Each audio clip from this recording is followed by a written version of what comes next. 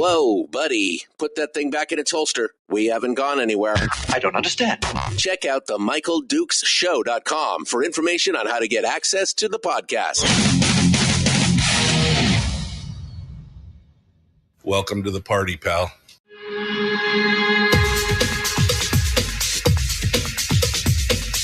The Michael Dukes Show. The greed and the entitlement is astounding to me. What more could you want from a low-budget radio program? This is a dumpster fire.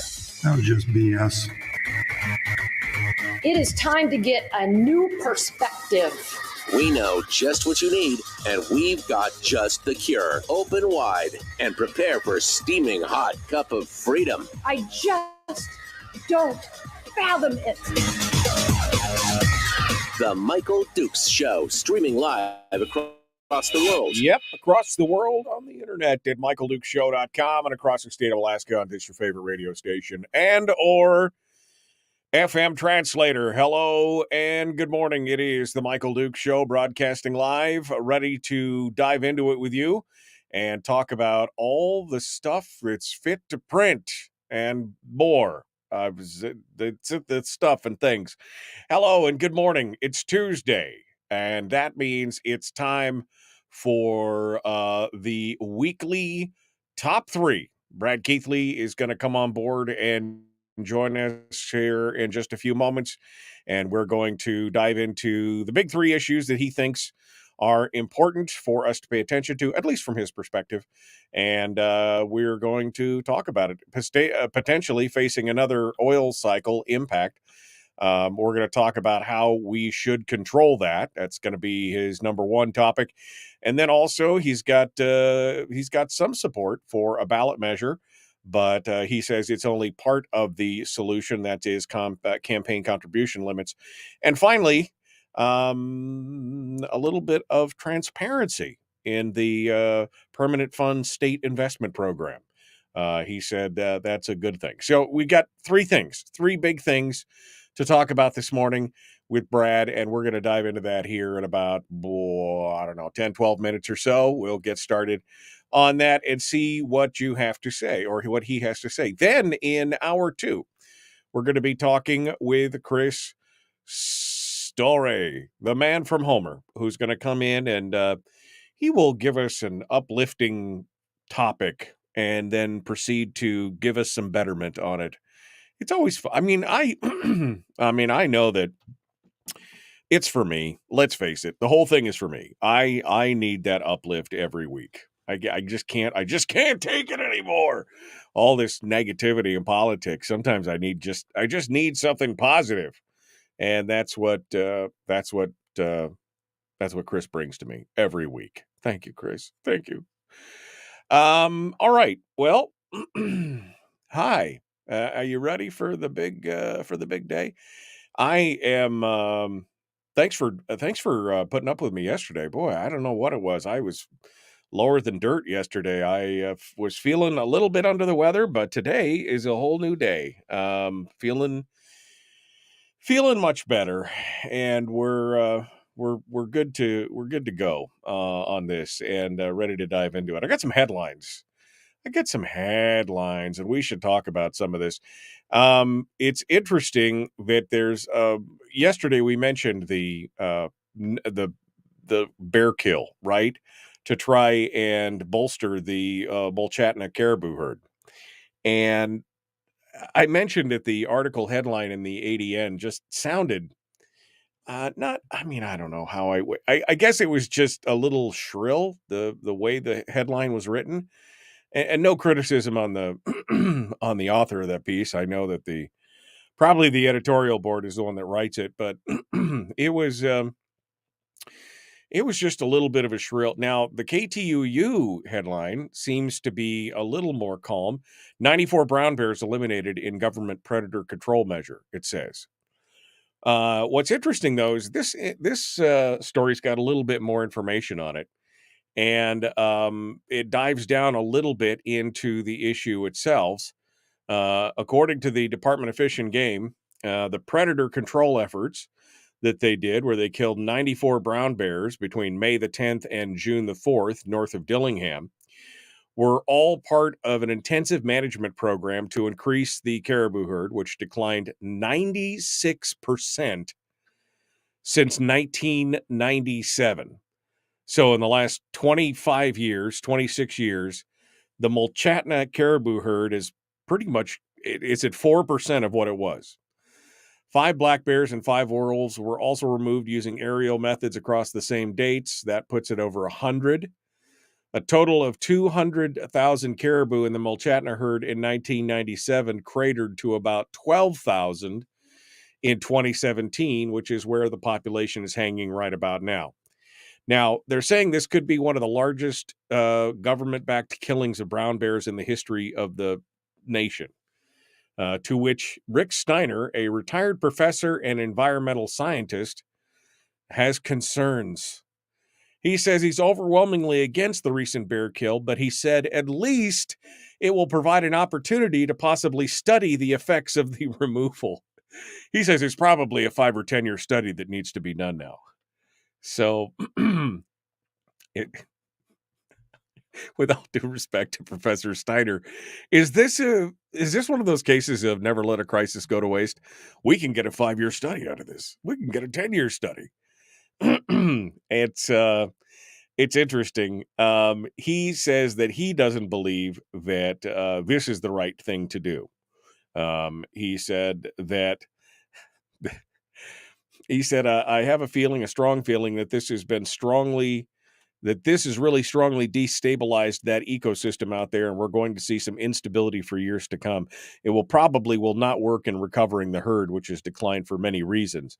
Climate change, habitat decline, overgrazing disease, as well as overhunting, both legal and illegal. He said the first thing the department should have done is try to get a handle on the illegal take of caribou. Now, look, let me just say this. You have a herd that's over 200,000 caribou, and it's come down to 12,000 caribou.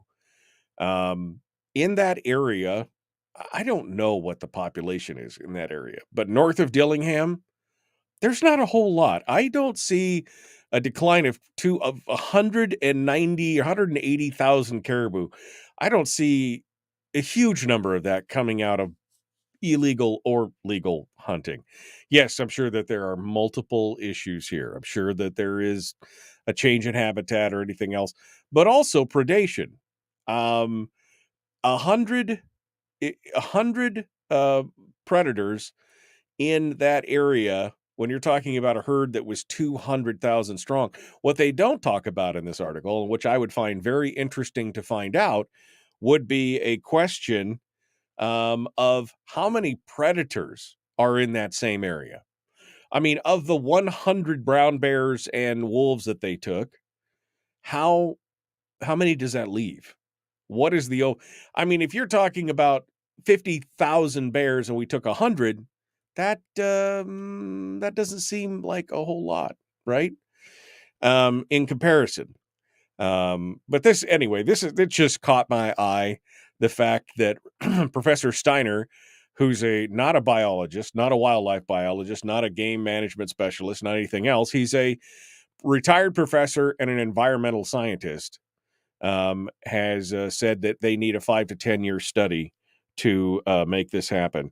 And, we here at the Alaska Study Industry want to encourage the good professor, says my buddy John, who is a proponent of the Alaska Study Industry. We're going to study the study that we studied before the last time we studied the study that were studied, that we need to have a study on all that. I mean, there is a library somewhere with every study ever done in the state of Alaska with public dollars. I mean, it is, I'm sure the numbers reach into it's got to be close to $1 billion for all the studies we've done in this state. Interesting. This is like a but interesting when they put it down on paper.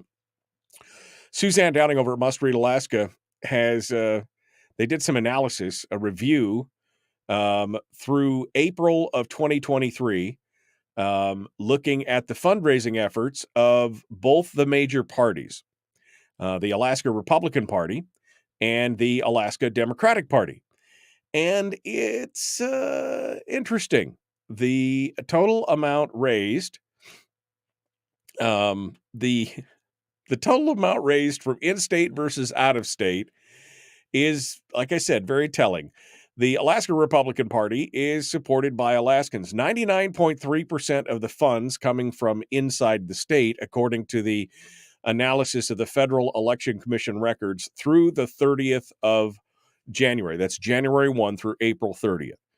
99.3% of the funds for the Alaska GOP coming from inside the states. There's $100 from Virginia and $300 from Michigan or whatever. But the Democrats, 78% of the money raised by the Democrats in the federal elections, 78% coming from outside, only 21% coming from inside Alaska. The rest of it being shopped from outside, mostly from California, Illinois, Virginia, and Washington. That's the whole, with California. California has donated more to Alaska Democratic Party than the actual Democrats in Alaska have. She starts off the article with a comment that the Alaska Democratic Party continues its tradition of political colonialism. I mean, wow. I mean, that is just, and that's 78,000 to the 54,000 raised by the GOP in the same time frame. So not only have they gotten most of the money from outside, they're actually outraising the Alaska Republican Party, which I guess no surprise. No surprise there. And that's just for the federal election commission records. So that's not local. That's not the state stuff. That's not anything else. That's just FEC records through April 30th. So, but yeah, they're not, they're just, there's an agenda there. Surprise, surprise. There's an agenda. What was the other thing? All right. Well, I don't have time to get into the other thing. I mean, I would love to, but okay, let's go, shall we? We'll kick this thing off. We'll get ready for Brad Keithley, and we'll see what you have to say. The Michael Duke Show, common sense, liberty-based, free-thinking radio. We return with more in just a moment. Brad Keithley's weekly top 3. We'll be back. I didn't know what to say there for a second. I know, that's shocking, isn't it? We'll be back with more right after this.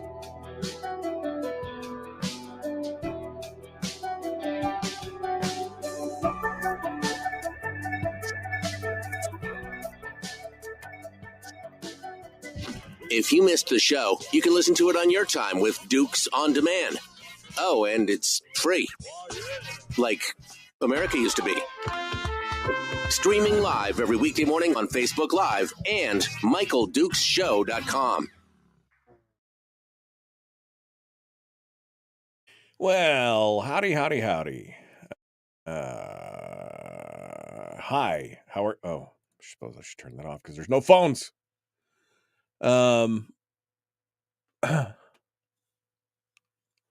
Let me go back and read some commentary. Whew. Wow, you guys are verbose this morning. Hello, good morning, hello.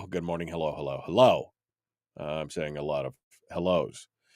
So already you're looking, sounding better. Good morning. Yes, I feel yesterday, man, I was like just woof.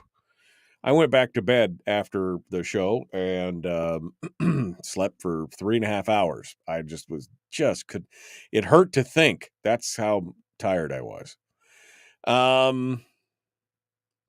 That's a huge decrease in a herd. Hasn't been an increase in bear cubs, twins, and triplets that I've seen posting. Hasn't there been an increase in bear cubs? There's not a whole lot of people to eat 200,000 caribou, let alone 94 bears. Yeah, I mean, that's exactly what I said. Government cannot seize property from bears the way they can from poachers, said Chris. Oh, man. I find it hard to question. I mean, 200,000 caribou down to 12,000. That's just such a significant amount. Good morning.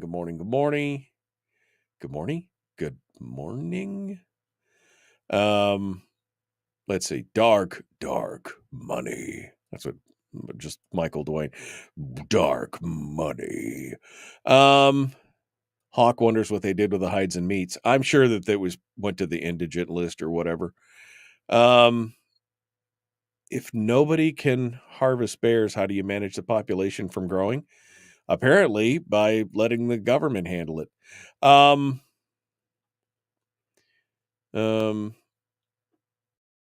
In the middle of June, and I'm still in my long handles. Your long handles? Loving this. I don't know what your long handles are. Is that long johns? I don't know what long handles are. Okay. Yeah, and we didn't talk about the moose, the first case of Alaskan. It was up in Teller. I don't know how it, got, yeah. Anyway. Okay. Well, let's just dive into this with Brad because I am all over the place this morning. We're ready to go.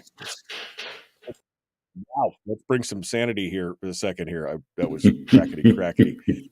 I don't know what that was, but it sounded like you had a whole box full of something rolling down the stairs there. How are you doing this morning? I'm doing great, Michael. Sounds like you're doing better.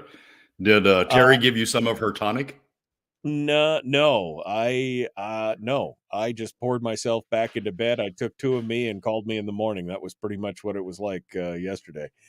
I don't know what it was. I didn't go to bed that late on the weekend. I was feeling fine, but boy, yesterday, I don't know if that's what it feels like to get old or whatever, but I just could not get up. I just could not get up, and I was like, whoa, baby. But maybe the difference was, I don't know, whatever it was. I feel better, and I'm ready to go. And we got the weekly top 3, and so your bout with age is over. Yeah, no, I got young again. It was the thing. I don't know what it was, but yeah, it was. I literally looked at Terry and said, "It hurts to think. I just want to go. I just can't even focus on anything. I'm just like, no, I'm gonna." And I just went back to bed. Good for me. Terry's usually got good tonics for that sort of stuff. So yeah. I mean, she, tonics, vodka tonics, ginger tonics. Well, I wasn't going to go quite that far. Yeah, well, it's all good. All right, you ready to dive into this thing? I am. Let's do this then. Here we go. The Michael. That was bad. The Michael Duke Show, common sense, liberty-based, Free Thinking Radio. Like and share, like and follow, do all the YouTube-y things. Let's do this thing. Brad Keithley about to break it down for us with the weekly top 3. Let's do it right now.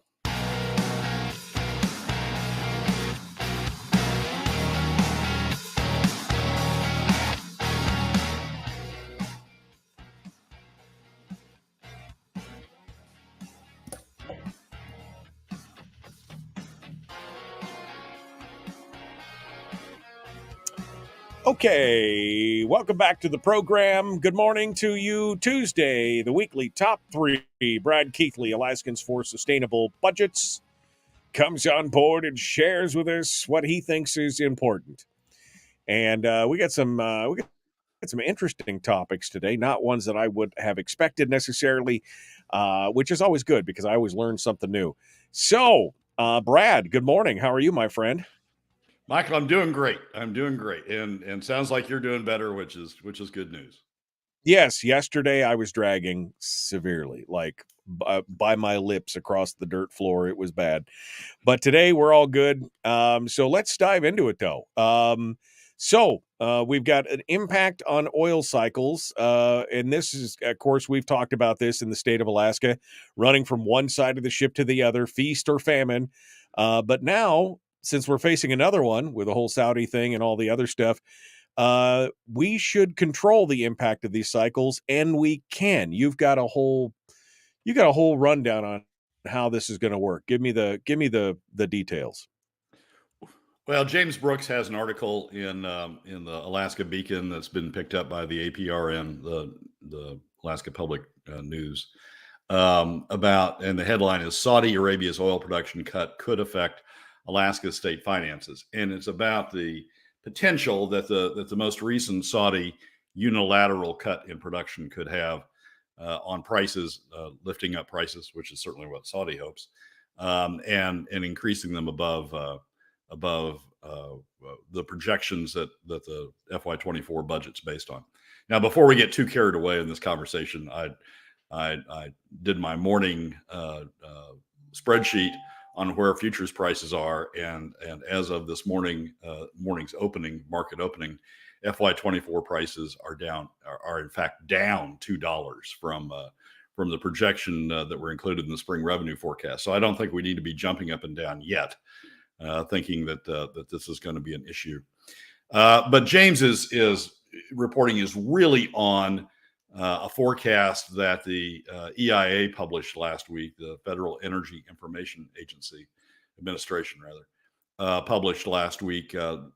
It publishes monthly an assessment of where the oil market is and a projection of prices about a year and a half, 18 months ahead.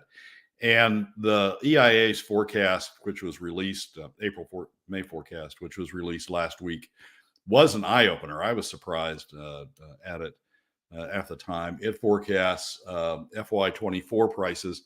Now, keep in mind that the state's spring revenue forecast for FY24 is $73 a barrel.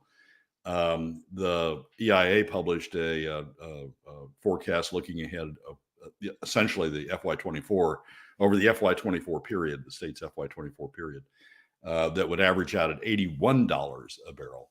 $8 a barrel over the state's spring revenue forecast, and EIA is forecasting an FY25 price of $85 a barrel against the state's forecast of, $69 a barrel. So EIA's forecast a significant price ramp up, largely as a result of the Saudi action and their read that Saudi is going to take the steps necessary to maintain a higher price level. Now, as I said, let's not jump too far ahead in the story. What's happened in the subsequent days is the oil futures price has gone down. This morning, averaging out at $71 for FY24, $2 below the state's revenue forecast. And what's really going on is Russian oil, which Russia politically had agreed with Saudi to restrict its oil output as well, with the rest of OPEC, had agreed to restrict its output as well. But as it needs additional revenues, Russia's putting a lot of oil on the water, and it's really driving the price of oil down. The question is whether Russia can sustain that, whether Saudi's action will dry up enough oil to not only offset the Russian impact, but also to increase the price. We'll see. But this all brings up an issue that we continually have in Alaska, and was one we had at the beginning of last session as well, which is oil prices go up, oil prices go down, and Alaska just seems to ride, sort of like a surfer, seems to ride that wave. Alaska's fiscal situation seems to ride that wave up and down, and it has, bad implications in the sense that when we have a surplus, or when we have high revenues, oil revenues, we create all these programs and do all this spending that, when oil prices settle back down, put us in a bad situation and lead to things like PFD cuts to continue to fund those programs that looked okay when oil prices were high, but shocking, I tell you. I mean, this is the problem. I mean, we've done this for years. I mean, and we'll have the worst part is that it'll be 1 year of a high oil price and it spikes and they've got all this money and they're like, oh, we've got something. And then the next year it craters. And then it's like, what do we do now? We've created all, I mean, you would think that they would learn. You only have to stick your finger in a light socket once or twice to figure it out, but not these guys. And what's really surprising about this, Michael, is we have a solution. I mean, we can control oil prices. Alaska can control oil prices as they feed into the budget. And it's a solution we're familiar with.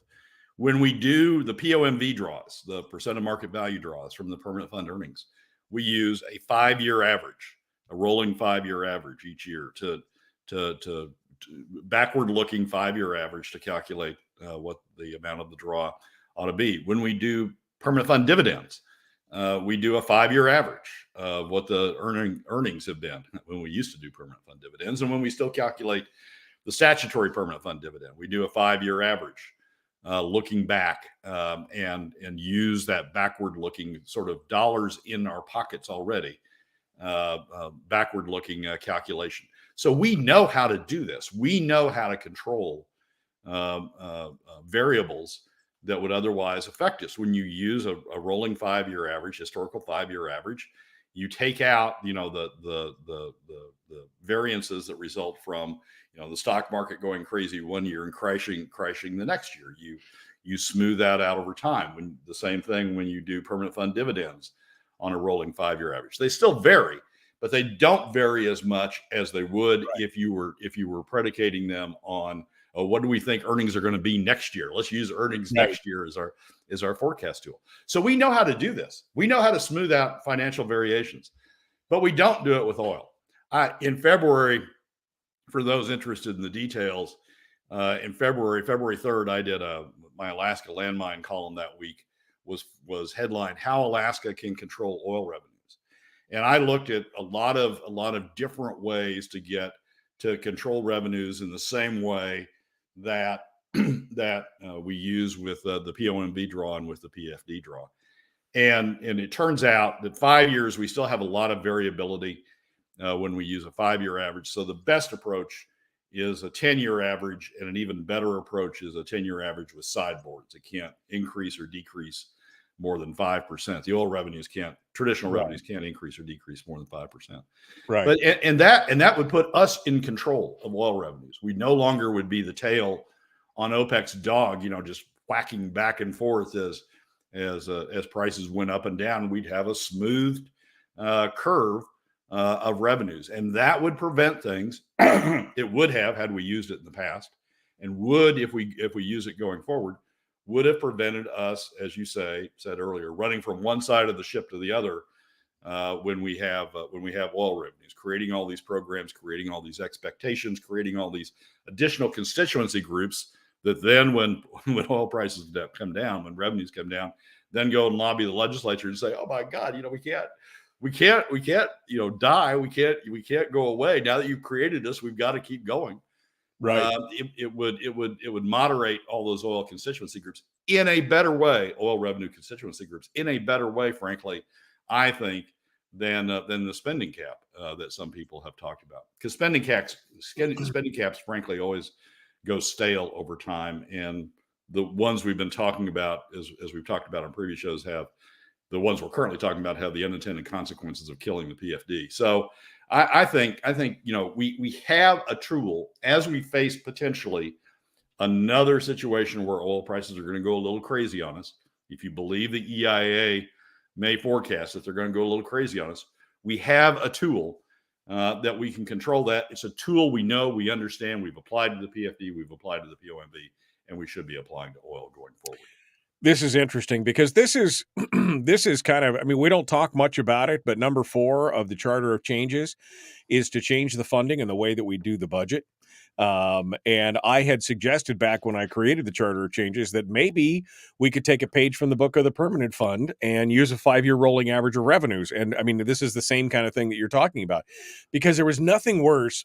I still remember, and I talk about this all the time, but I still remember back in the late aughts, maybe 2010, 2012, whatever it was, when Sean Parnell was writing a budget based on the fall forecast at $114 a barrel, and oil had just cratered and it was down in the $68, $70 a barrel range.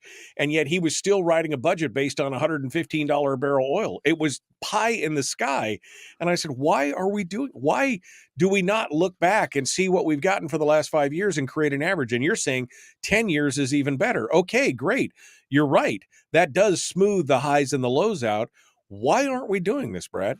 Well, it's because it's a couple of things. One, we've created all these constituency groups, and what they found is when oil prices go up, they can create these new programs and get this additional spending. And then when oil prices come down, they can cry enough to get, for example, in the current era, get the PFD cut and sustain their program. So we've created an environment in which we are rewarding constituency groups, and we're rewarding those who play to constituency groups, legislators play to constituency groups based on high oil prices. So you keep this running, futures based oil revenues, so that when it runs up, you can take advantage of it, and you can be the savior, and you can fund everything you want to fund all around the state. You can create all these new programs. You can satisfy all the constituency groups. And then, you brace for it and take it out of the PFD, create theories about why you can take it out of the PFD on the downside. So what you're saying is never let a crisis go to waste, especially a crisis that you can create.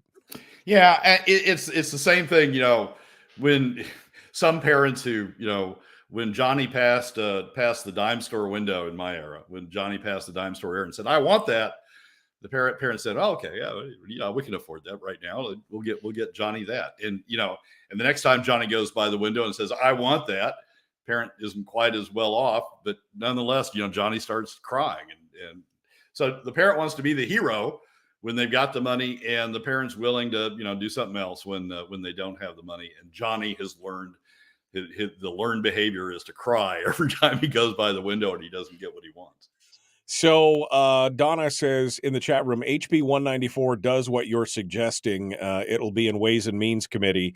It'll be a priority next session. It's a revenue limit. So hopefully those fall along the same lines. I mean, that's what it's going to take, right? It's going to take some kind of legislative fix for this, or in your mind, is it more of a constitutional fix? What is it going to take? Well, actually, it's a fix that doesn't need legislation. I mean, we set the budget based upon futures projections as a matter of policy from the administration and from the legislature.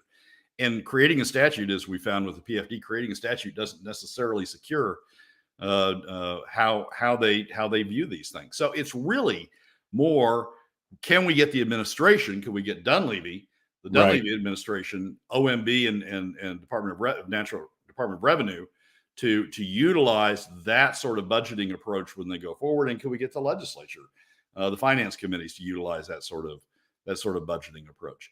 I looked at the legislation. I don't recall it being a 10-year average, but whatever it is, that's nice, but it's also ignorable by future legislators. So we have to change the behavior at this point, I'm very skeptical of any statutory fix on anything based on what the legislature is doing.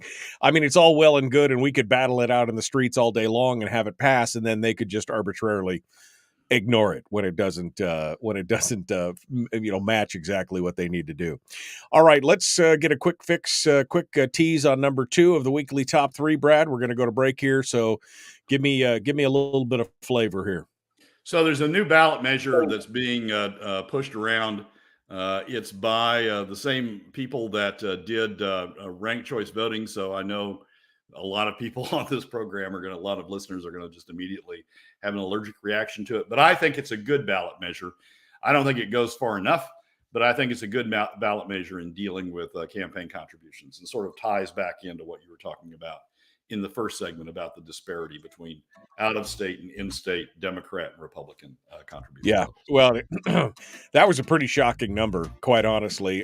So, yeah, we'll see exactly what Brad's thoughts are on this. And yes, when Alaskans for Better elections are involved, I'm not as sanguine as I probably should be. The Michael Duke Show, common sense, liberty-based, free-thinking radio. We're back with Brad Keithley right after this.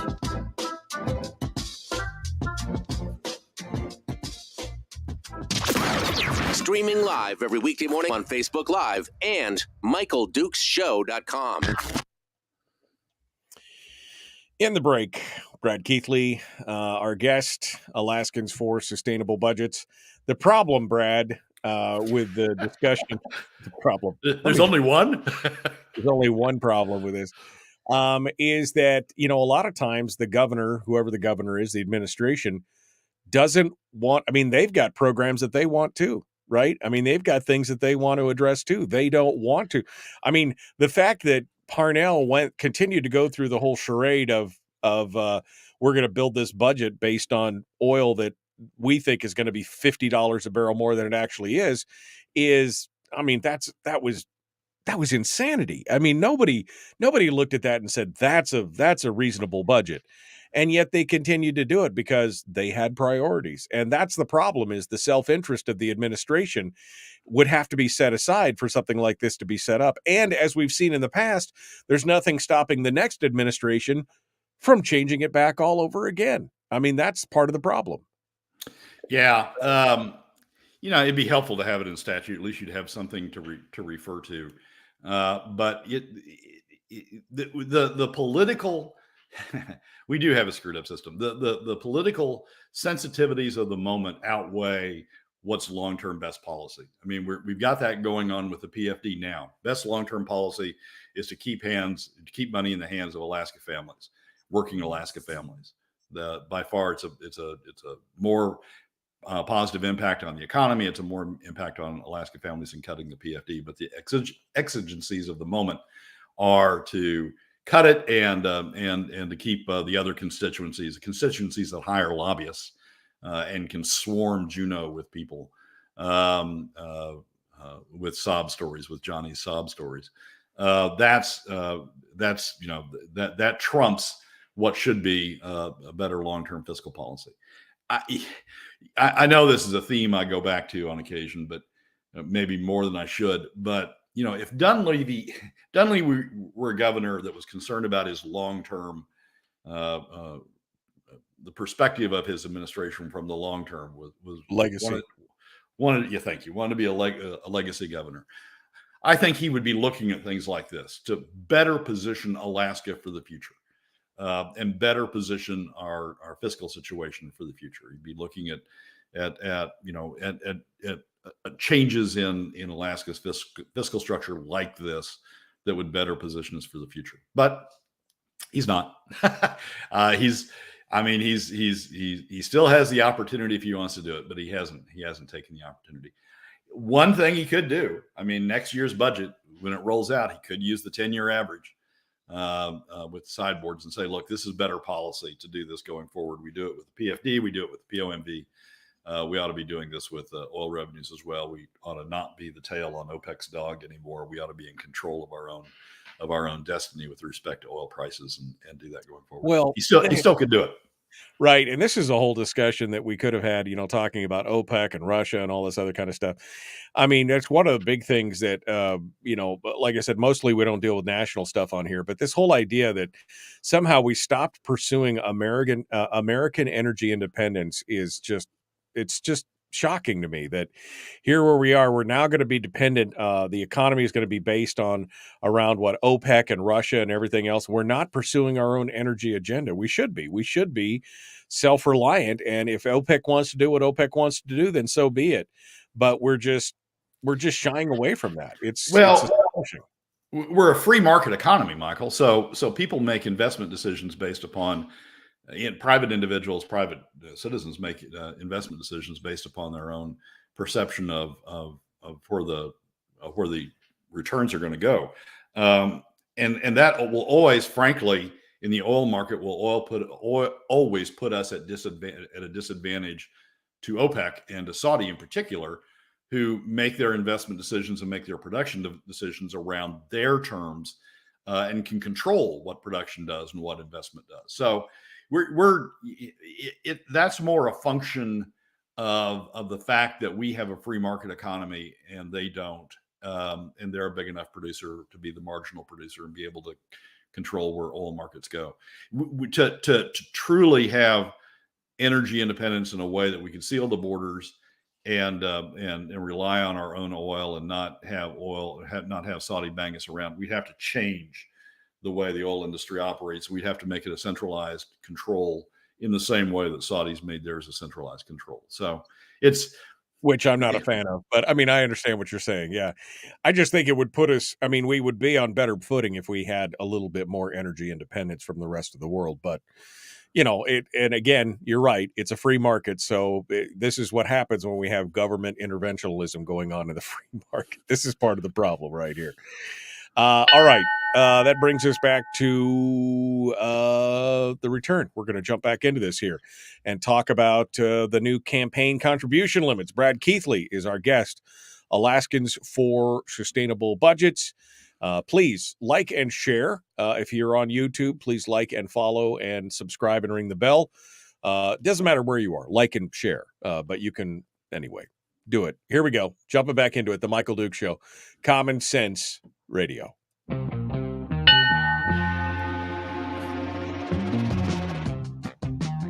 The Michael Duke Show. Seriously humorous with a pinch of intellect. Sorry. That is humorous. Here's Michael Dukes. Yep, just a pinch. Just a pinch. Good morning. Welcome back to the program. Brad Keithley, Alaskans For Sustainable Budgets, is our guest. We're continuing to talk about the weekly top three. We're on to number 2, which is an initiative from Alaskans for Better Elections that deals with campaign contribution limits. Last year, those all get blown asunder, and we had no campaign contribution limits because it was struck down by the Supreme Court as unconstitutional, and we saw some campaign contributions going into the six-figure range, $100,000 campaign contributions. Brad, you say that this one is good, and so explain why. This is Alaska for Better Elections, which immediately makes me nervous. So tell me why you think this is a good thing and why I should be convinced of that. Well, just one minor correction. It was the Ninth Circuit that struck down our campaign. Oh, I'm sorry, Ninth Circuit, not the Supreme Court. Limits. And the title, for those who are interested, the title in the ADN article, it was an ADN article yesterday, is Alaska ballot measure filed to reestablish campaign contribution limits. There's a link in the first line of the article to the actual ballot measure itself. What this ballot measure proposes to do. A couple of times last year, I talked about my concerns with sort of unrestricted, unbridled funding coming into state elections and the influence that's having on state elections, the top 20% influence that's having on state elections. And in part, I think we see that, frankly, in the legislature when we have votes on the PFD. I mean, we have Democrats voting to cut the PFD because they don't want to take on the top 20%, because the top 20% is a significant part of their campaign contribution. So I think we see some consequence of unbridled campaign contributions. We've seen some influence or some evidence of unbridled campaign contributions. What this ballot measure would do is essentially update and then send us back to the campaign contributions limits that we had before the Ninth Circuit struck them down. It would update the amounts so that campaign contributions would be limited to $2,000 each election cycle to a non-group entity or to a candidate. That's an update from the $500 limit that was in effect when the Ninth Circuit struck it down. And the Ninth Circuit struck it down not necessarily on First Amendment principles, which is where Citizens United comes from, but struck it down because it was unreasonable restriction on individual rights or individual freedom of expression. And in other states, and the Ninth Circuit picking up on that in other states, left the impression that more reasonable updated limits would be acceptable. So this adopts a $2,000 limit per candidate, per person, per election cycle, every 2-year election cycle. Provides that a political party, it used to be that a political party could give $1,000 to a candidate. This updates it to $4,000, double in the same fashion that, or quadruple in the same fashion that to update it in the same fashion that the individual limits are updated. And this provides at the end that those limits will continually be updated by adjusting them for inflation going forward, which was another factor that the Ninth Circuit and other courts have looked at in determining whether the restrictions on campaign contributions are legal. A couple of things that this doesn't do is, because it can't be done at a state level, it doesn't override Citizens United. So while it does limit campaign contributions to individuals, made by individuals directly to candidates in their campaigns, it doesn't put restrictions on independent expenditure groups coming in and making independent, non-coordinated expenditures in support of any given candidate at the state level, whether the governor or at the legislative level. And we've talked on the program before. I believe Citizens United is a problem because it allows unlimited money coming into the system. It allows the money to override other good policy influences that ought to be affecting legislation, personal money affecting legislation. So I think Citizens United is a problem, but that has to be addressed at the federal level. It really can't be addressed at the state level. So it doesn't override Citizens United. There's one other thing that I've got to dig deeper into it to really understand how all these come together. But one of the problems that Alaska experienced with the initiative, and we may experience again with this initiative, is that initiatives are under different campaign limits and don't have the disclosure requirements that Citizens United does in some respects. So, and this doesn't fix that. Maybe not a surprise because this is Alaskans for Better Elections, but but this doesn't fix that. And so it doesn't go as far as I think we need to go in campaign reform. But I don't want to throw out the baby with the bathwater. This is a good, positive, additional step, I think, in reducing the influence of money in elections. One final thing is this also goes back to the old limit that we had in the state that limited the amount of outside money, non-Alaska money, that could come into individual campaigns to 25% of something. But it limits the amount of outside money that can come in. Which goes back to my previous comment about the Democrats raising 78% of their funds from outside sources. I guess the first thing that I ask myself when I see something like this and it's coming from Alaskans for Better Elections is, my first question is, who benefits?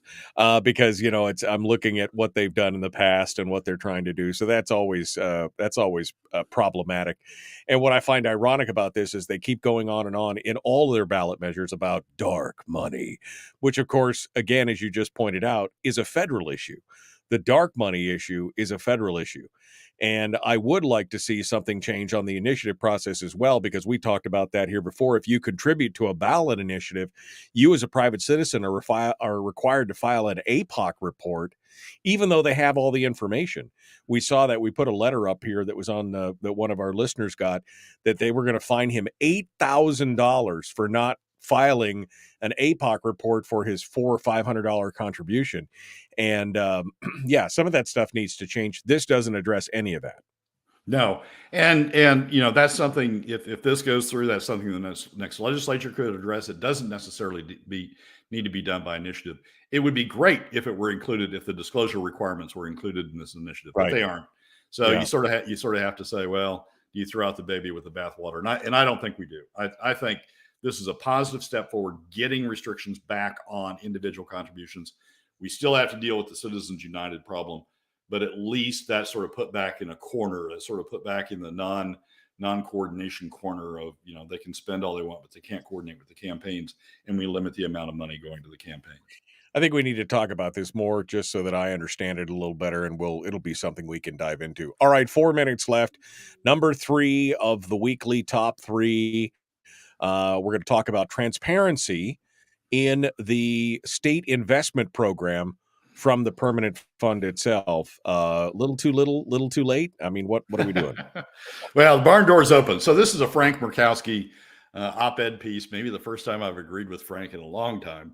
But an op-ed piece that I've taken from, let's see, this is the Fairbanks News Miner, June 11th, but I think it's in the other papers as well, and talks about the need for additional transparency with respect to the permanent funds in state investment program, the program where they've set aside $200 million out of the fund to be invested with money managers who then are going to invest it in state, in Alaska, investment opportunities. I've had a problem with that all the way through. I mean, any investment in state by the permanent fund. That's what Hammond set up ADA for, to do in-state investments, and has restrictions and limitations on funding and all sorts of things with respect to ADA. There's still problems with ADA, but at least it's in something of a box. And set up the permanent fund to look outside the state for the best opportunities that there are. The in-state investment program set aside this $200 million for the permanent fund to start looking at investment opportunities, essentially doubling up on ADA. And I think there's corruption, there's crony capitalism, there's my friend needs an investment when you help him out. I think there's all sorts of problems with that have caused me to be concerned about the problem. The barn door is open. That opened the barn door. What Murkowski's piece does is say, okay, let's keep the barn door there, and let's have some transparency. Let's make the money managers disclose, and then have a public disclosure of what the money managers are investing in, so that we can have some light on these nooks and crannies of where these dollars are going, and see if there is corruption or crony capitalism or friendly investment going on here. That's fine. Since the barn door is open, and since we got this $200 million, let's go ahead and get a light on where that's gone. But let's close the barn door. Let's not do that. Let's not put any more money into it. When these funds close out, let's not reinvest that money in it. Let's just stop doing that and go back to Hammond's original vision of having the permanent fund corporation investing outside the state, and ADA doing the in-state investment, and not go down this road again. But in the meantime, it's nice of Frank to say that we ought to have, the light shined on the in-state investments we've made. Well, and it's this whole thing is what Hammond warned about, creating a politicization of the whole process by doing that in-state investing with the permanent fund. He talked about that specifically and how dangerous that was. And I think we could see some of the things that from the Delta Barley Project to the fish plant to everything else, we've seen some of those boondoggles. Which were Hammond's own projects. I know, exactly.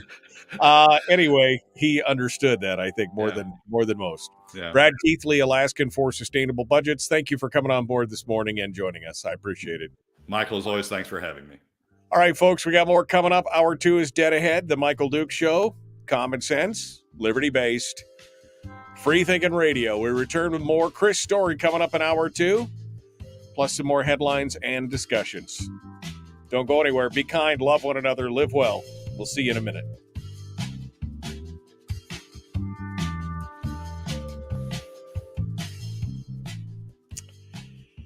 Okay. Brad Keithley, Alaskans For Sustainable Budgets. I mean, we've talked about this whole using the permanent fund to invest in state businesses, and politicians, of course, see that as that's the ultimate. That's what we need. That's what we have to do. And of course, the first thing that happens is who gets paid, right? Who's getting their investment taken care of by the permanent fund, et cetera. And I mean, it's obviously problematic to say the least, Brad. We got enough problems with, the Johnny or Jimmy going by the dime store window and saying, "Give me that," and the parent doing it. We got enough problems with that with the state budget. I mean, starting down that road, my concern has been, since they first started talking about these in-state investments, my concern with that is we're putting that sort of, Jimmy walking by the dime store window on steroids. We're putting the $60 billion, permanent fund out there at risk of that sort of investment opportunity, pleasing the constituents, pleasing legislators. It's just, Alaska is a very small state, and once we start down that road, I don't see a good limit on it. So thank goodness we only limited it to $200 million. I think Dermot Cole, frankly, has done a good job saying we ought to know where that $200 million went. I think Frank Murkowski joining Dermot Cole, never thought I'd say those words, Frank Murkowski joining Dermot Cole in saying we ought to shine a light on that. I think all of that is very appropriate. But at the end of the day, stop it. Stop it at $200 million. Unwind it when those investments unwind. I mean, don't crash out of the markets now that we're in there, because we'll have even bigger losses. But stop it at $200 million, and as those programs unwind, take that money and go back outside with it. We've got ADA, and we control ADA. We control ADA through funding. We control ADA through legislation. We don't need a second ADA, and we don't need one with so much money coming in and trying to influence the Alaska economy. Just remember, Brad, even a stopped clock is right twice a day, right? I mean, with Dermot Cole and Frank Murkowski, even a stopped clock is right. I think this, again, there's some danger there, and I'm glad that somebody's pointing it out, maybe somebody with a little horsepower. So interesting stuff. All right, Brad, final thoughts for today on all these things and what we're looking at and what's happening. I mean, the governor, we still haven't heard anything yet on the budget happening. I mean, I don't know what's going on. I mean, it might be interesting to have Kathy Tilton on and ask her what's going on here, because according to the Landmine Sunday column 2 days ago, the legislature still hasn't transmitted the budget to Dunleavy. And he's got 20 days. So we're now not counting weekends or Sundays or something. So we're now at a point where if they transmitted it tomorrow, I'm not sure the governor has to act by the time the next fiscal year starts. So it's too long. There's something weird going on, either on the legislative side, either Tilton's up to something, the House is up to something, because they're the transmitting body. It's their bill. Either the House is up to something, or the governor's up to something and working something with the House. It's just odd. Maybe it's good. Maybe we'll see at the end that they have some trick play to out-trick Bert. Maybe it's good, but it's the longer it goes, the more curious I am about what's going on. Yeah, I'm wondering what's going on. Donna says the governor's team reviews the budget without having the official version in hand. Okay. Yeah, So, but I'm wondering, he's got a finite time frame to work here, right? And if he does decide to veto a bunch, is he just running out the clock till the end of the year so that there's no potential shutdown? Or, I mean, I'm curious as to I don't even know. Is there a limit on when the budget has to be transmitted? Is there a time frame, or is it just they can hold on till the last day, or what? I looked and I can't find a limit on. I can't find a governing. I mean, it's the body can hold on to the bill, to correct technical errors and typos and miscalculations and that sort of stuff. They can't make substantive changes, but they want to make sure it's a good bill when it goes. Well, we're about a month past the end of the session, aren't we? And we still don't have that. The whole bill would have had to have been typos to sort of explain it in that fashion. So I understand the governor can be looking at it, but there's a process we're supposed to be going through, and this seems to be a significant break to the process. Well, I'm watching, I'm watching to see, because I keep waiting to see, fingers crossed. I have my hopes up that maybe the governor will do something to, squash some of the arrogance that we've seen out of the Senate, but I don't know. I just don't know what's going to happen. It's going to be, we may be here in July saying, "Oh boy, weren't they smart by doing it this way?" And they may be Bert in a corner, but it's not talking about transparency. It's not transparent what the hell's going on here. So yeah, we're 4 days away from it being 30 days, and we're 16, 17 days away from the end of the fiscal year. So this could get interesting. I mean, it could be to back it up and set it up so that the governor makes the vetoes on June 30 and really doesn't give the legislature much opportunity, or theoretically doesn't give the legislature much opportunity to react to it. But they still could. I mean, they could come back and they could override the vetoes, and they could, put the money in the budget even though the fiscal year has already started. So it's not. I just don't. I'll be curious.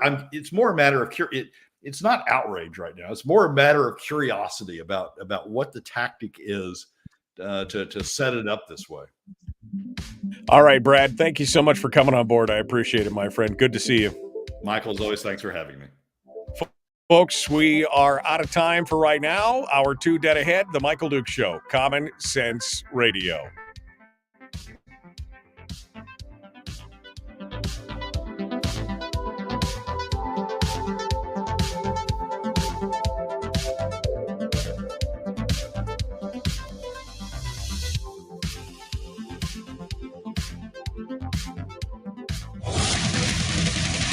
Whoa, buddy. Put that thing back in its holster. We haven't gone anywhere. I don't understand. Check out the MichaelDukesShow.com for information on how to get access to the podcast. Welcome to the party, pal.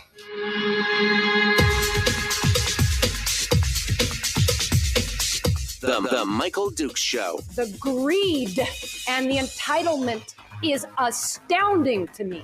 What more could you want from a low-budget radio program? This is a dumpster fire. That was just BS. It is time to get a new perspective.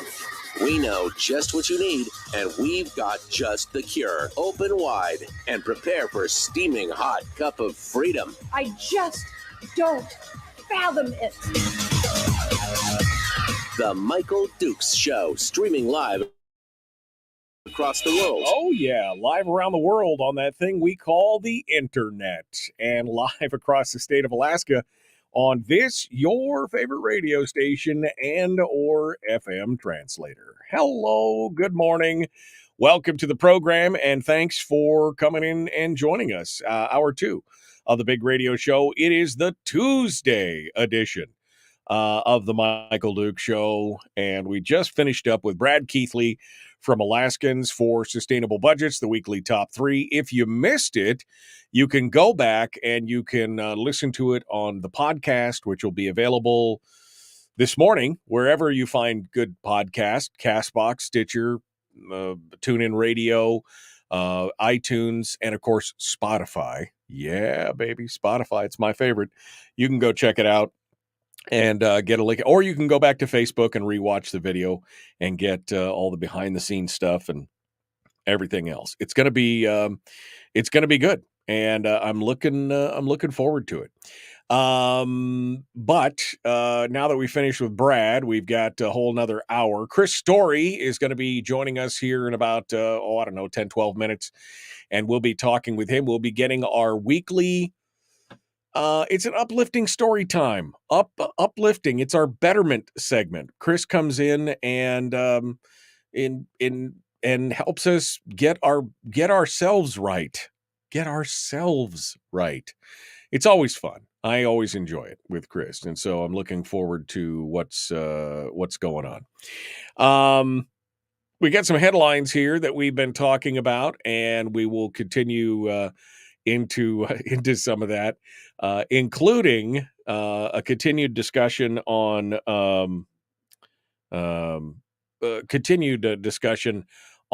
the girls' sports, the girls being only girls' sports instead of girl-boy sports, and more. We'll talk about that. And a brand new investigation by the Legislative Ethics Committee on Representative David Eastman. You cannot make this stuff up, folks. Now, look, David Eastman and I disagree on, not necessarily on the goals, but on the methodology, right? I don't agree a lot of times with Eastman's methodology. But at some point, you got to be like, boy, this just seems punitive. Just punitive. The Legislative Ethics Committee is now investigating 2 new complaints against Representative David Eastman, according to a Monday hearing that happened yesterday. The complaints involved allegations that Eastman used state resources for a partisan political purpose and also improperly solicited donations for a previously existing legal defense campaign during the legislative session. Both of those complaints will be moved forward into an investigation, according to Joyce Anderson, who's the chair of the House Subcommittee on Legislative Ethics. This committee, by the way, is very secretive. Both the complaints and the results of the investigations are normally kept confidential under state law unless the recipient of the complaint waives that privilege. Now, David Eastman said in a text message to James Brooks over at the Alaska Beacon that he said, I have waived confidentiality protections for these and other complaints because too often political activists are able to file complaints behind closed doors with zero public accountability for their ongoing efforts to thwart the will of the public. But, Brooks says, despite the waiver, staff for the Ethics Committee said they were unable to release copies of the complaint, even though that's what the statute says, that they are able to, despite. Informed of that fact, Eastman responded saying the statute is explicit that once confidentiality has been waived, the public has access to those documents. They can stonewall, but they do so in direct violation of the statute. It wouldn't be the first time they've delayed access. They've also tried that when I was on the committee. So he's gone ahead and waived the confidentiality so that it can all be out there, and yet they continue to refuse to publicly disclose what's going on. That's insane. That's absolutely insane that they just ignore the statute when it's put for. I mean, somebody needs to file a lawsuit to say you're violating under a FOIA, that you're violating the statute in that. Under the committee's typical procedure, the complaints will be investigated by attorneys previously hired under contract, and at a future meeting, the committee will decide whether to dismiss the complaints or compile findings of fact and create some kind of possible punishment. But those decisions are not always made public. In 2020, for example, the committee published the result of only one complaint. It was issued against Senator Lyman Hoffman, but the file number for the complaint ends in 003, indicating that there were at least 2 other complaints were filed but not publicly released. And it says that, I mean, this is secretive. Yeah, that's like Machiavellian. That's like in the shadows kind of stuff. And we know that lawfare is a thing, right? That's legal warfare against elected officials. It's been used in the past, and especially with the secrecy clauses where you can't face your accuser, you can't figure out what's going on. That's troubling. At least one of the 2 complaints against Eastman involved a website called davidlegal.org, which is it was a website that contained a link soliciting donations to pay for Eastman's legal defense fund in a lawsuit that alleged he violated the Constitution's disloyalty clause with his membership to Oath Keepers. Now, a Superior Court judge ruled that he did not violate the disloyalty clause, and the person who filed the lawsuit declined to appeal. But David Legal, apparently, according to the Internet Archive, was online during the legislative session, which means he was actively soliciting donations during the legislative session, which is a no-no. Usually it's soliciting donations for a campaign. So I don't know if there's a difference because he was soliciting it for legal fees versus campaign contributions. So I don't know if there's a difference there. But he only raised about $1,000 out of a $300,000 goal. Damn, that's expensive. That's a thing. This is the third time that Eastman's been subject to ethics complaints since he started in 2017. But I just gotta say that the whole fact that he has waived confidentiality and the committee refuses to release copies of the complaints tells me something. Where there's smoke, there's fire, right? I mean, again, I may not agree with the way he does things or anything. I mean, even if I totally disagreed with his premise, let alone his process, I would still be like, wait a second. We need to know who is complaining about this. What is the complaint? And we need to have all this stuff out there in the public eye. And they're stonewalling. That's not a good look for something that has ethics in the title, the Ethics Committee. That's not a good look for a committee that says Ethics Committee, and yet we're not going to follow the law. That just doesn't set a good precedent. I'm just saying, doesn't set a good precedent. Yesterday, we talked about the port of Seattle. The Port of Seattle shutting down its cargo operations on Saturday. This is due to an ongoing labor conflict with the International Longshore and Warehouse Union. About 90% of Alaska's goods arrive by ship on the barge, and most of it comes from Seattle. Yesterday, we talked about it, and then late yesterday, the Alaska Public Media put out a story from Angela Denning that talked with Jim Yeager, who is the spokesperson for the Port of Anchorage. And he had some comments to kind of line some of this stuff out. He said, any impact on shipping out of Seattle-Tacoma is going to have an impact on Alaska just because we're getting all of our goods there, or a vast majority. He said about half the goods, now 90% of Alaska's stuff arrives from ship and most of it comes from Seattle. He said once it hits the Port of Anchorage, about half stay in Anchorage and the other half get distributed throughout the state.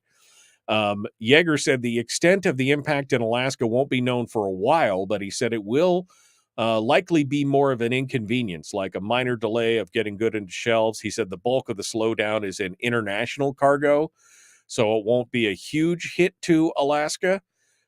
He said he didn't think it was going to be terrible. And he stressed that it's important for Alaskans not to panic shop, as some did buying products like toilet paper during the pandemic. That could only make things worse. Nothing makes me more panicky than somebody telling me, don't panic, you'll only make things worse. I'm not panicky, but nothing makes me more convinced that I probably should stock up on a few things when people say, don't stock up, that'll make things worse. Well, that just tells me that there's still not enough stuff on the shelf, and we probably should do something about that. I'm just like, it doesn't have to necessarily be TP. It could be, some canned goods or something like that. But no word yet. No word yet on when the port will reopen, or when they're going to solve this problem over the labor shortage or the labor contract. He mentions that any kind of panic buying could create more problems. He says it took six months to get that sorted out, the whole toilet paper pandemic thing. He said that whipsaw action of the supply chain. Could that happen? You bet it could. Will it happen? Oh, I bet with some goods it does. Which, again, does not fill me with confidence, Mr. Yeager. Again, I'm just suggesting that if you want to, I'm not saying go out and buy the store out. I'm just saying you may want to buy a few more cans of beans or something to put on the shelf in your home for things that you already cook. Ooh, man, 7-can soup? That sounds good right now.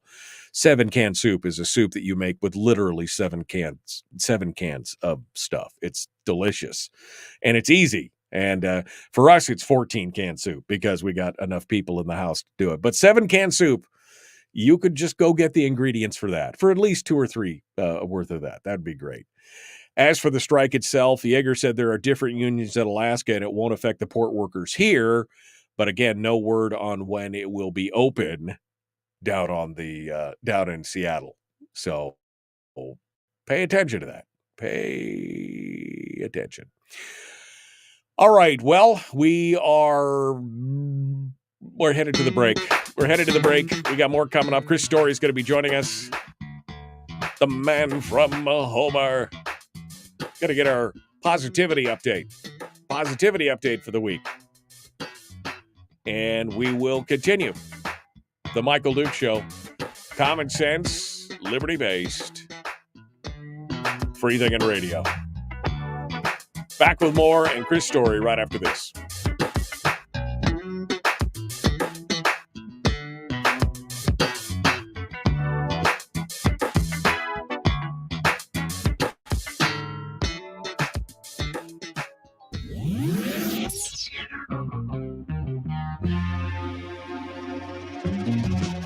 Running on 100% pure beard power. Oh, also some coffee. We dip our beard in coffee. Ha, nice beard. The Michael Duke Show.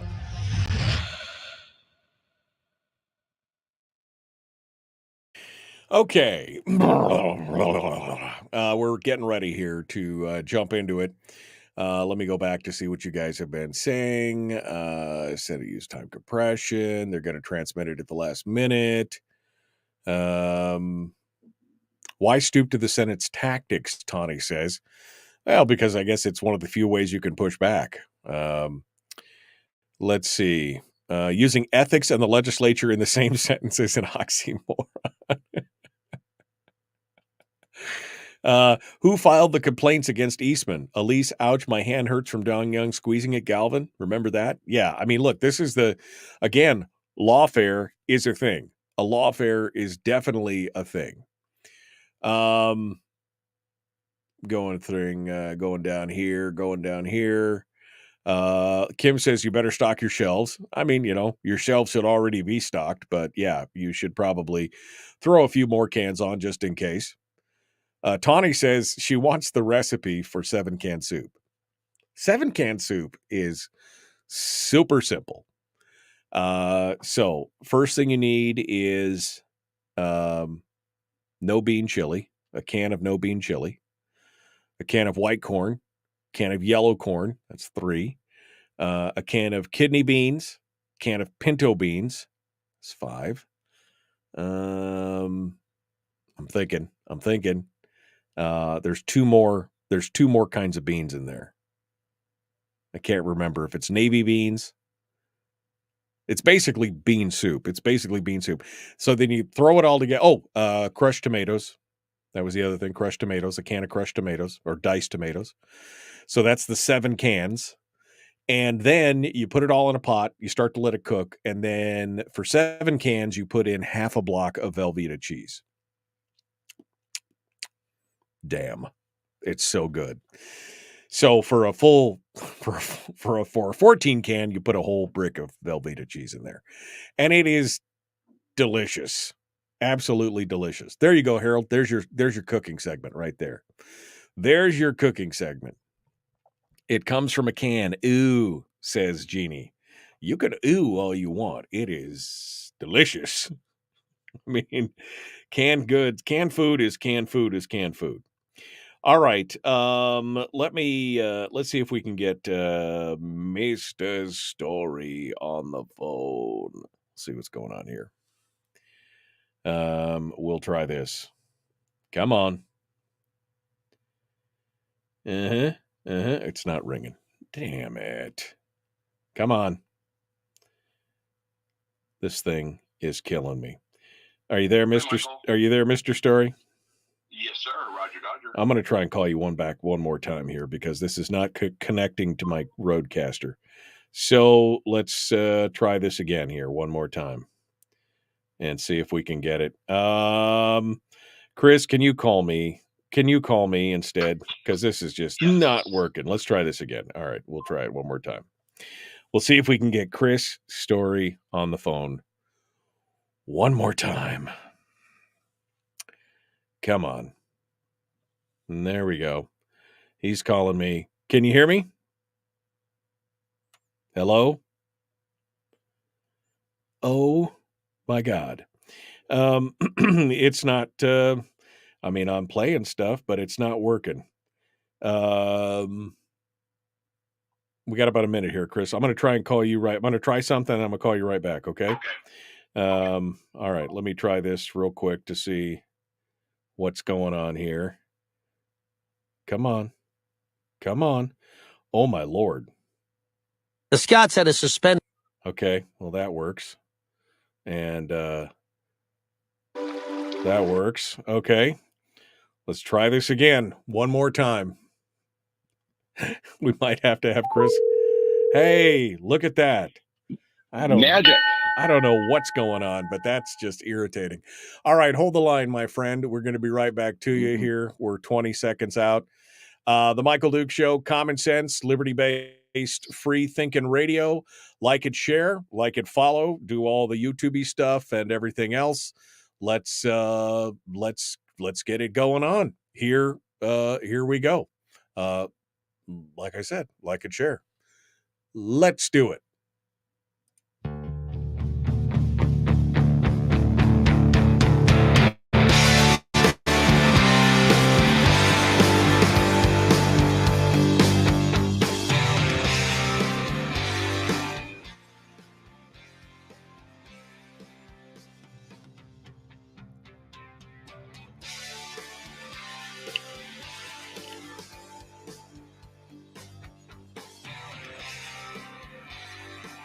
Okay. Well, that was painful. I don't know. I was having some kind of technical issue. My phone was not connecting where it was supposed to connect. I don't know why. Just one of those things.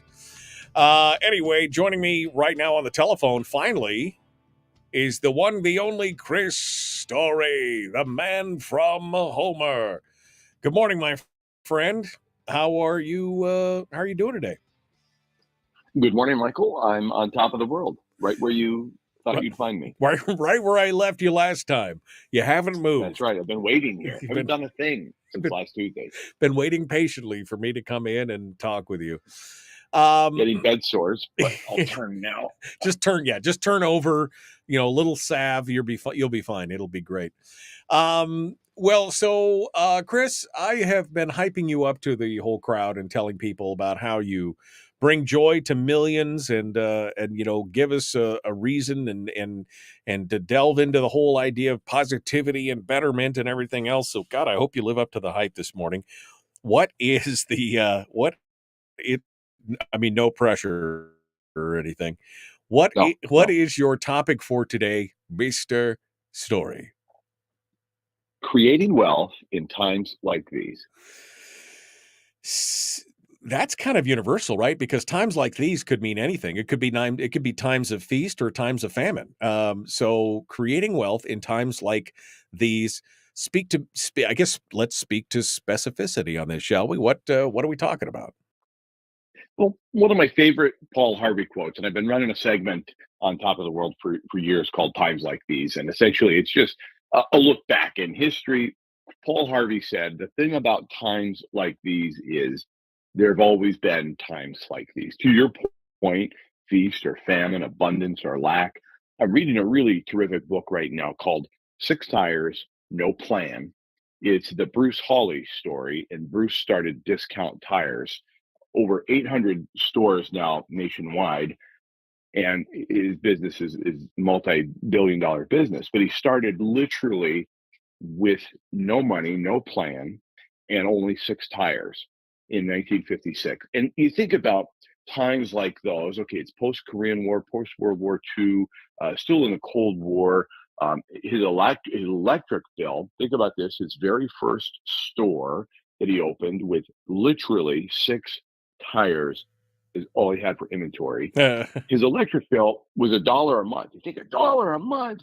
It doesn't matter when you're only profiting, 25 cents for a tire. It's all relative. Right. And so there's no sense in bemoaning the interest rate of today or the inflation rate. All right, do what you can do. Reach out to your Congress people and your senators and the people of influence. Do what you can do where you are with what you've got. But then you have to be responsible for you. Imagine anybody in history, in time, could have said, well, in times like these, man, Jimmy Carter's president. I mean, it's 12% average interest rate right now. I'm not going to invest.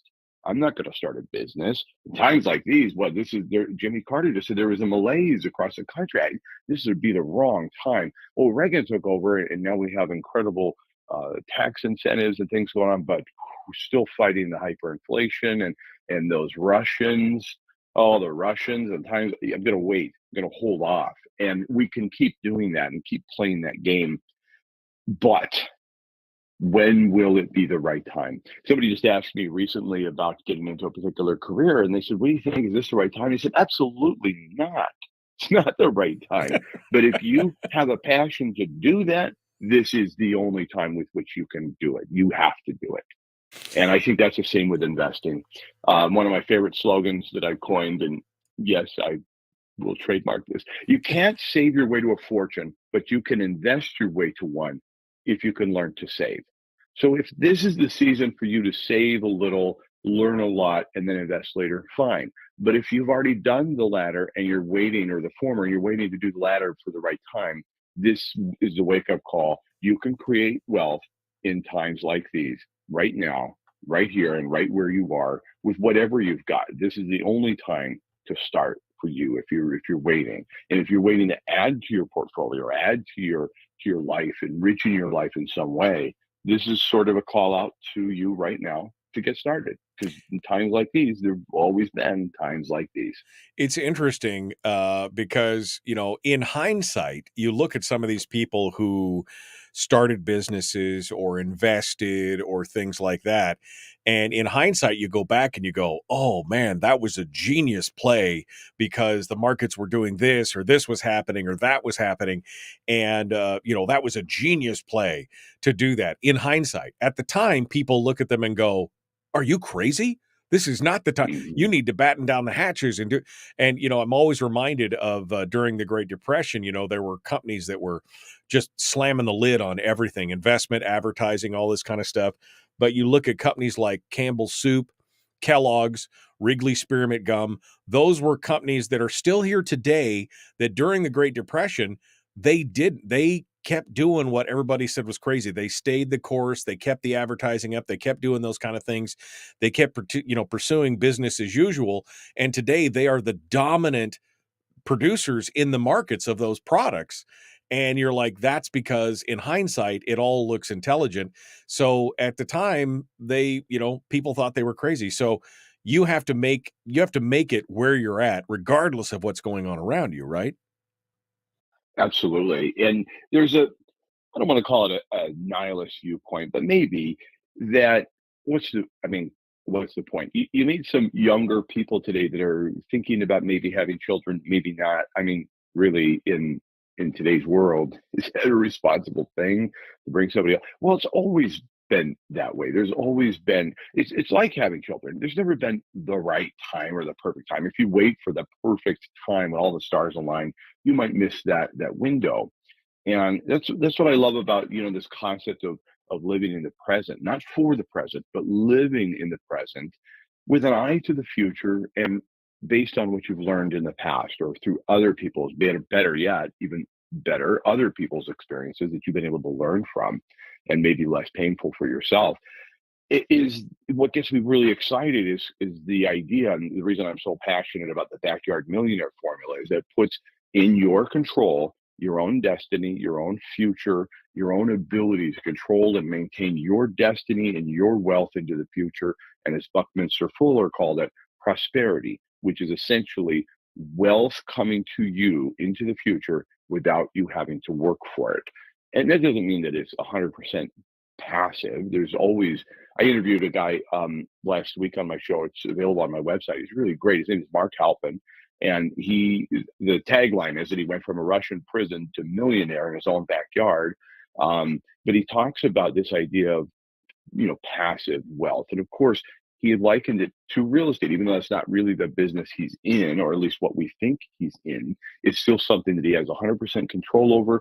And that idea of prosperity coming to you into the future without working or at least sweating for it every day. That's what gets me excited about the 4-home formula. And the reason I've committed myself to helping 2,000 people achieve that in the next 2 years.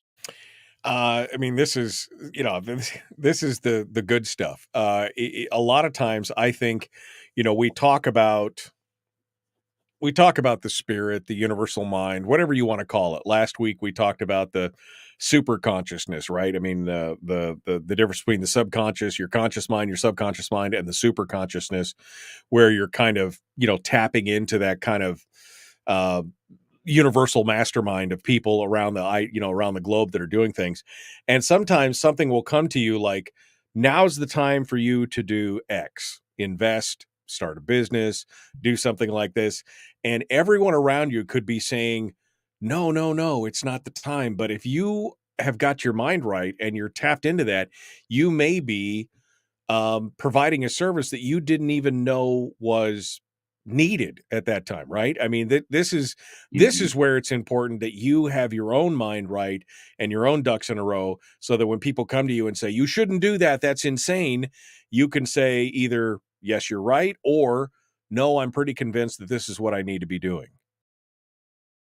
And the more, it's a really good point you make, because there's always been naysayers, always people that will warn you off of. And I've been in that camp. I remember a young guy was thinking about leaving this great job he had, a really terrific job, just started a family, had a terrific job. He's thinking about starting his own business. And I didn't tell him not to, but the advice was so just risk oriented, like, are you sure you want to give up the security? And I was just trying to give him all of and thank goodness he didn't listen to me, because he's now got a thriving, very large business. But it wasn't as though I was saying, oh, you aren't capable or this or that. I was worried for him, and I couldn't help but share that fear with him. Thank goodness, again, he was resilient enough not to listen. And I've been in that same boat where there's been moves I've made that maybe those in my vicinity would have thought, or maybe even did warn me or try to warn me off of. But I just followed my own gut and my own instinct. And there's been times that I've wished I had acted. And that's, again, learning from the past and going, okay, I've been here before. I'm never missing this opportunity because of fear, be it my own subconscious mind talking to me or those in my circle.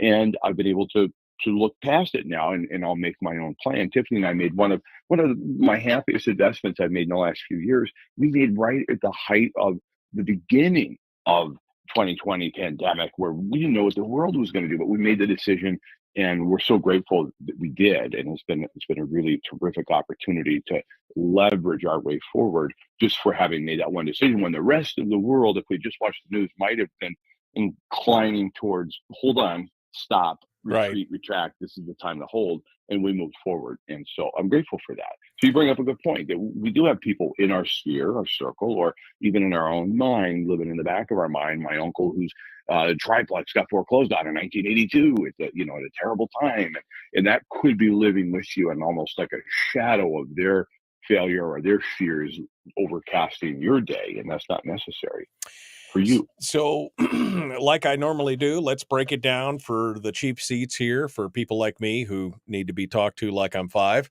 If I want to earn wealth, if I want to create wealth in times like these, how do I get started, Chris? First of all, accept that the concept that there've always been times like these. Set that aside. Interest rates have always been too high. Prices have always been too high. The idea that there's a fortune waiting for you in your own backyard, if you just accept that, and if you look around any neighborhood, any area, wherever you are right now, and you get within where you can cast your eyes, recognize there's millions of dollars worth of real estate right here, right near you.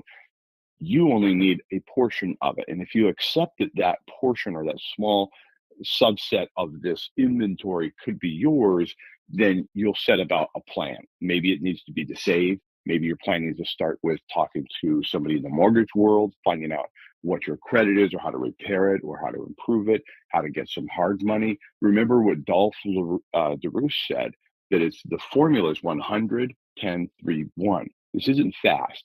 You might look at 100 properties, then that leads to 10 you investigate more closely, 3 you take a strong look at or make offers on, and end up with 1. So if you take time out of it, you're not in a rush. This is a marathon, not a sprint.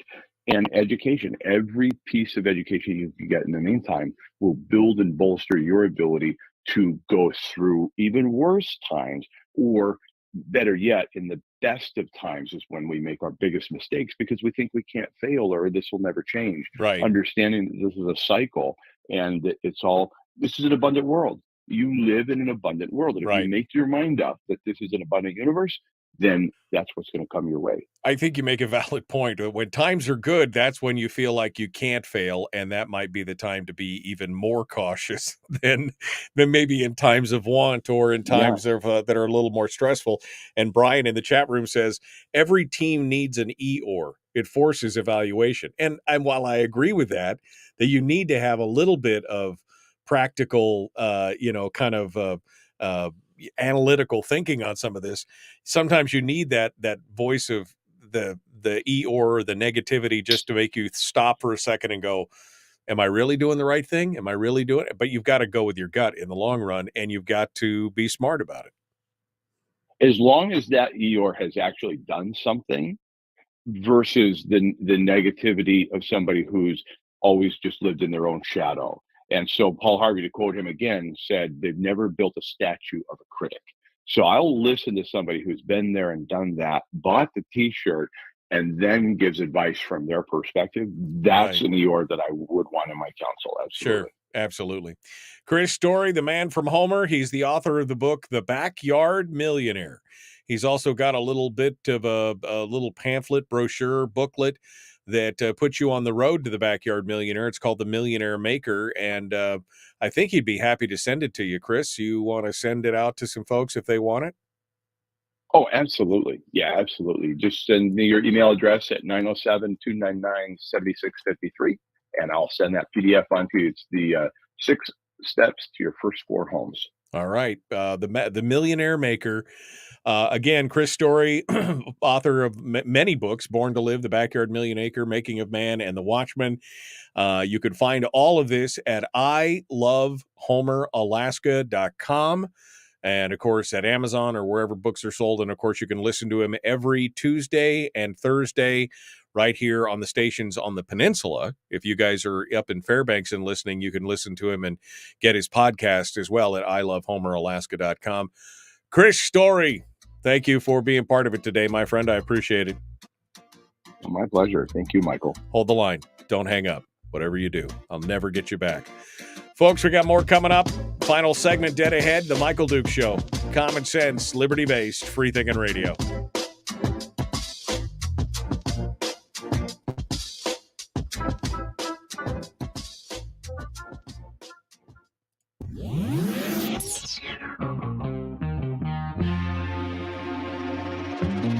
Listened to by more staffers in Juneau than any other show, because their bosses told them to. And after what they just heard, oh man, they're going to be pissed. You're a bad, bad man. The Michael Duke Show.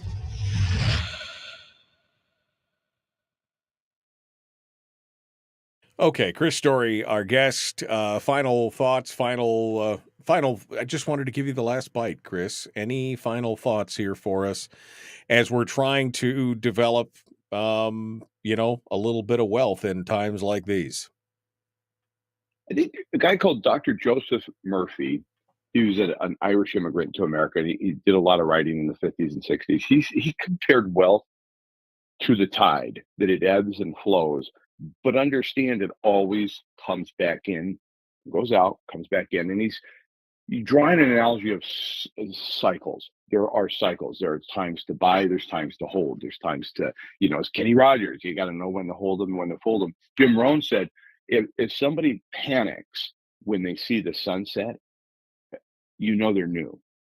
And I think it's the same thing here. There's no sense in panicking at times like these. We've always seen them. We've seen the ebb and flow of the economy, of the market. We've seen times of shortage. We've seen times of abundance. You have to have a mindset of abundance and take risks accordingly.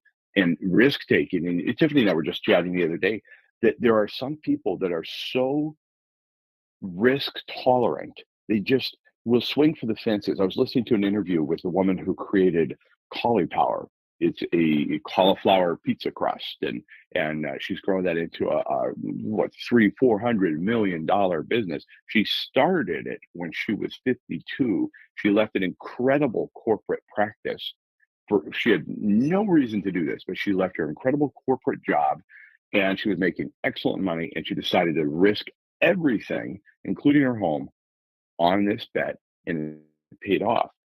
And then you have some people that won't ever cross a street for just too risk averse. And so, but you have to take risks accordingly to your own personality or your whatever, maybe if you can't sleep at night, maybe you should not own 4 homes. Maybe there's another investment you should make if that idea keeps you up at night. But I think for the person I'm talking to, they understand that they want to control their destiny, their wealth, and it's in their hands. And yeah, they just look at the world through the eyes of an abundant universe and take risks accordingly. That's what I suggest. Brian asked, what was the name of the book again about the 6 tires? What was the name of that book?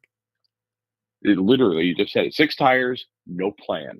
6 tires, no plan. Michael Rosenbaum is the author. In fact, I just communicated with Michael over the weekend. I reached out to him and said, I'm so enjoying your book. I'd love to have you as a guest on my show. And he said, well, that's, he thanked me for the praise and the kind words. And he said, I don't work for money anymore. I've retired, and I'm just helping startups and underprivileged business people in Chicago. And he goes, I don't know, could I be of any value to your audience? I said, of course you could. I mean, anyway, he's a great author. He tells the story of Bruce Hawley like a story. He's a storyteller, even though there's a real life going from zero to minus $17,000. $17,000 in debt in 1959 might as well be $1 million today. Right. And yet he started with no plan, no business plan, and these 6 tires, and built a multi-billion-dollar nationwide business. It's a great book. I highly recommend it. It's a good story. 6 tires and no plan. All right. So no plan at all. All right. Well, Chris Story, forward me on that information. I'd love to talk to him as well. We're coming out of the political season, Chris, and quite honestly, I'm ready to talk about some other things, and Mark Cameron, the Alaskan author, is working on a list of Alaskan authors for me to try and work my way through. But it'd always be nice to have a little bit more info and stuff. So it's good to have folks like that on. So it's good to have folks like you on. It's amazing. It's amazing how that works. Thank you, Mike. Robert G. Allen joins me on Thursday, the guy that started the No Money Down movement and Creating Wealth, the book Creating Wealth. Anyway, he joins me Thursday. So I'll send you a link to that show too, Michael. I think you enjoy listening. Yeah, no, absolutely. I always get something out of whatever you're doing. So it's good for me. Not necessarily good for you, but good for me that I'm doing that. So, Chris, thank you for your patience this morning. I don't know what was going on with my phone, but I appreciate you. I appreciate you sticking with us and coming on board. Thank you. It was awesome. Thank you. Have a great day. All right, Chris Story, the man from Homer. Yes, that's what it's all about. Jeannie says, I'm ready to talk about fishing, foraging, and farming. Yeah, sometimes again, I'm about done with the whole political thing for the most part. I definitely enjoy talking about some of the major headlines, but I think we need to. I'm going to try and bring on some other authors and some other folks as well. It's going to be good stuff. All right, we are 20 seconds out from rejoining the radio and ready to rock and roll. Thank you for sticking with us, Chris Story. Of course, always bringing us some sort of positivity to do our thing. Let's go. Let's do this. The Michael Duke Show, common sense, liberty-based, free thinking radio. Like and share, like and follow. Here we go.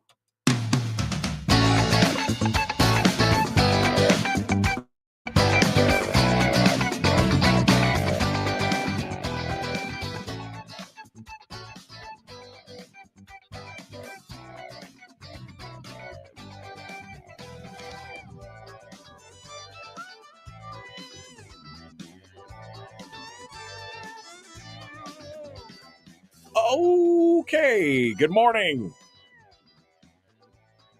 And welcome back to the big radio broadcast. 2 hours, the fastest 2 hours in radio.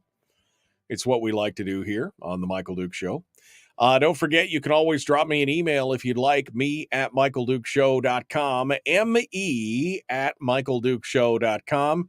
We'd love to hear from you and talk with you about, well, whatever. So throw me an email if you would like. Continuing our discussions now, Chris Story just finished up with us. If you haven't sent him a text message yet and you'd like to get his little booklet, The Millionaire Maker, you could just send him a text with your email address to 907-299-7653. 907-299-7653. He promises not to spam you if you send him their email address. That's a great it's a great thing. We were just talking with Chris during the break, and he's going to pass me on some information on some different authors because I'm ready. I mean, we're kind of in that off season now, off political season. We're not. It's not necessarily a big election year, so we are.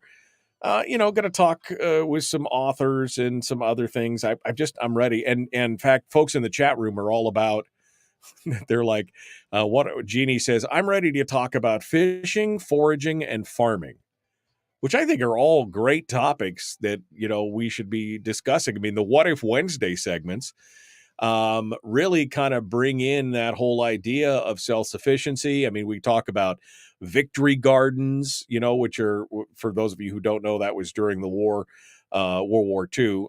Specifically, the U.S. government was suggesting that people create victory gardens in their backyards or sometimes on their patios. In some places, it was on their decks, their porches, or their fire escapes outside their apartment. Just, creating a little more food, a little more sustainability, and that's something that I think we should jump into. Square foot gardening is a big thing that we could talk about. Maybe we should get some expert on it. I've done it. It's an amazing setup. Square foot gardening, creating little 4x4 foot square boxes with up on sawhorses. It's a great way to farm. It's a great way to garden. Because the one thing I hate about gardening was the hoeing and the bending over and the weeding and all that kind of stuff. And this is all right at, it's right at waist height. You just do it right there. It's super, super cool. It is, it's fun stuff. So we're looking for different guests coming up here as we move forward. Last week, we talked to Richard McPherson about the nuclear energy and the molten salt nuclear battery. I thought that was a fascinating topic, and I'd like to have more discussions on that. Maybe on some alternative energies too. I mean, you want to talk about solar panel backups or hydro or wind for your remote cabin site or something like that, or even just for backup power in your home. I think those are cool topics and really kind of topical to us here in Alaska, because we are at the end of the chain. I mean, if this Port of Seattle thing is reminding us of anything, is that we are definitely out at the end of the supply chain. and we should probably be should be paying closer attention to that. I again, the whole idea of running a hydro setup next to your place by the stream, or in fact, McPherson talked about geothermal power, ground loop heating and geothermal power. Those are just, it's all very, very cool stuff. So it's good. What do we got here in the final segment? Not much to talk about here in the final segment of the show today, other than, I will say this. We reached this point of the year. We're halfway through the year almost. How did that happen? How did that happen? I just don't know. But it means that we're halfway through the year, and the politics, everything still stays the same. We're still talking about all those things, but maybe we can bring a little more joy or a little more interest to the discussion with some of these different guests. I mean, there's more to life than politics.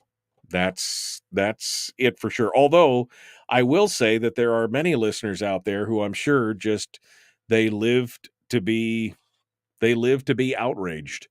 Right.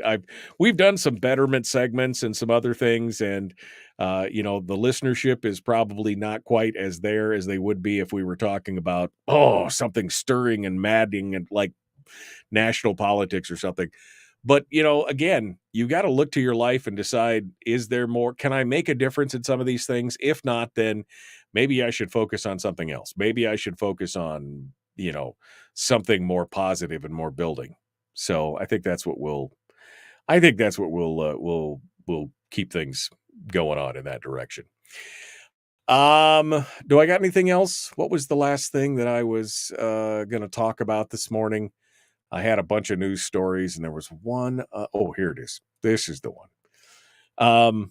Just on the most ridiculous quote of the day. Let me just throw this out there. This is the most ridiculous quote of the day. Yesterday, we talked about the Alaska Sports Association and the State Board of Education are now voting to regulate the idea of putting transgendered girls into girls sports, and they're going to eliminate that. They put that up for public comment and everything else. And in the most ridiculous quote of the day, Senator Loki Tobin. Thank you for coming on board and being part of it with us today, Senator. She's leading the charge against gender-specific bathrooms and, of course, the fact that trans girls should not compete against biological regular girls. I mean, I'm sure that's offensive to somebody, but that's what it is. She likened this push to change the high school sports. She likened it to terrorism. I kid you. I kid you not. She likened it to terrorism. She said, and I quote, "The way this kind of terrorism works is that it only punishes expression. It condemns identities. It's like burning a cross on somebody's lawn. It's an attempt to frighten people into compliance and submission." I mean, I would think that there would be some people, some minorities especially, when she talks about burning a cross on somebody's lawn. I would say that this is nothing like burning a cross on somebody's lawn. I mean, that's a whole different mindset and a whole different feel for someone. Maybe she should talk to some folks who were born and raised in the South, who are minorities, who basically maybe had something like that happen. And I'd love for her to say something like that to their face. This is like burning a cross on somebody's lawn. It's terrorism. The fact that they want the biological girls to be able to compete amongst themselves versus competing with boys who think they're girls. I mean, if you let me be clear. If you feel like you're a female, if you feel like you want to, that is totally your right. But to make everyone else around you have to comply with that notion, Makes no sense whatsoever. And in fact, it infringes on the rights in the fact of in the point of this sporting stuff. It infringes on the rights of the girls who are competing in those sports. Remember, that's what libertarianism is about. Do what you want. You want to identify as a toaster or whatever, you can. Just don't force everyone around you to comply with your madness. And if you don't agree, you're a terrorist. You're Jim Crow burning crosses on people's lawn. The most ridiculous comment of the day. Loki Tobin, congratulations. All right, that's it for today. We're out of time. Tomorrow, I have no idea. We're going to come up with something, though. Make sure you join us for that's a hook.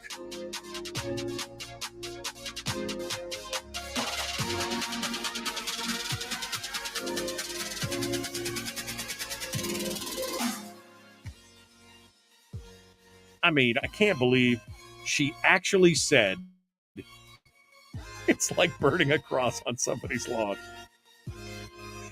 I mean, that has no even relationship with reality.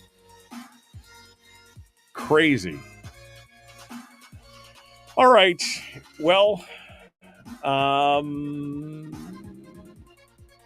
we're out of time.